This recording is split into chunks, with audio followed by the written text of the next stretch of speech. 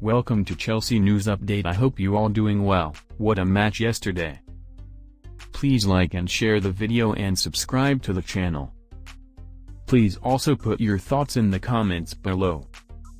What an angry Timo Werner did, and Chelsea have now discovered their Jules Koundé alternative. The perfect start. Ahead of games against Arsenal, Liverpool, Spurs, Aston Villa and Manchester City in their next 5 matches, it was pivotal that Chelsea got off to a good start against a side that, on paper, they should have been beating in Crystal Palace.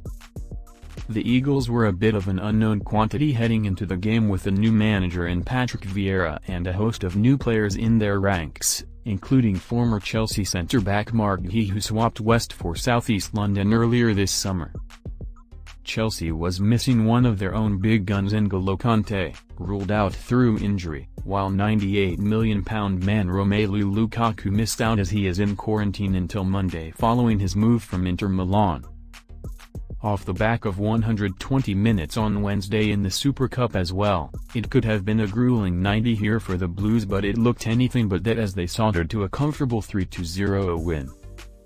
Marcos Alonso got the ball rolling with a fine free kick to open the scoring in the first half before Christian Pulisic added a second just before the break, tapping home from close range. That would have been more than enough against a toothless and impotent Palace, but Trevoh Chalobah put the icing on the cake with a fantastic third goal that lit up an already bathed in sunshine Stamford Bridge. It couldn't have gone much better for the Blues and for Tuchel, who was serenaded throughout the game by the home fans and got a lot of "thank you" Thomas shouts post-match as he made his way pitchside to conduct his broadcast media interviews. The German has won 2 European titles in the last 3 months, got Chelsea back into the top 4 last season and has rejuvenated the entire club. While there was ire at Frank Lampard's sacking initially among some sections of the fan base, they are very happy now. Ahead of a tough run of matches, it was a vital win for Chelsea, even if it was the first game of the new season and there are still 37 more matches to go. After the game, the head coach said, "It was hard for us to convert all the chances we created. They should be enough to score more, so tried to help with the addition of Romelu Lukaku to the squad. In the Premier League it will stay super hard to score, so we are happy to get 3 goals. We did it without a penalty from Jorginho, which is quite an impressive and spectacular first step for us. We can still improve in the last third, we have to get a bit calmer and more clinical still. I will not stop pushing and looking for solutions. It is a very complex game and a very demanding league. We have to take what we can get. Next Sunday against Arsenal will be another tough challenge. Arsenal started life in 2021-22 with a defeat to Brentford, which exposed a lot of similar problems from before for Mikel Arteta. They will raise their game for the visit of Chelsea, you can be sure of that." Has Trevoh Chalobah secured a first-team future at Chelsea? The Blues continued to be heavily linked with a transfer move for Sevilla's Jules Koundé, but do they need him? Having had a stellar preseason under his belt, Trevoh Chalobah was handed a Premier League debut by Tuchel on Saturday and he was impressive yet again. Chalobah has been with the Blues since the age of 8, worked his way through the notoriously competitive youth ranks at Cobham, had 3 loan spells away from the club at Ipswich, Huddersfield, and Lorient, before finally being handed his big chance. He's taken advantage of Thiago Silva not returning from international duty until late in the preseason and appears to have ousted Kurt Zouma, as well as the academy graduate started alongside Andreas Christensen and the imperious Antonio Rudiger. Chalobah has impressed with his calmness and decisiveness in possession, as well as his emphatic aerial prowess and willingness to not give an inch to an opposition attacker. They were all on display once again on Saturday, and it was capped off with a frankly wonderful moment when he netted the 3rd goal of the game. He picked up the ball in midfield, drove forward, and Palace's already deep defense just backed off some more.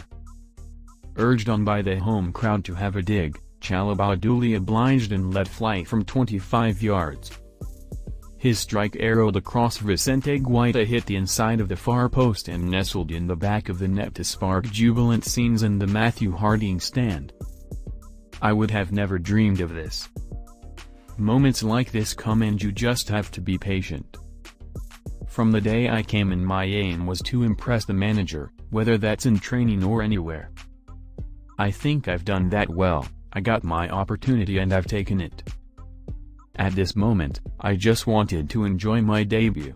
As a young boy, I've always dreamed to play in these games for my club, so I made sure I was ready and enjoyed it.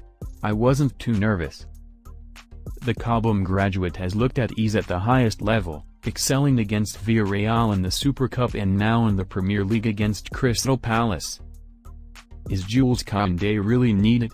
The links with the striker always smacked of future planning for the Blues, with Antonio Rudiger and Andreas Christensen out of contract at the end of the season, likewise Thiago Silva and Cesar Azpilicueta not getting any younger.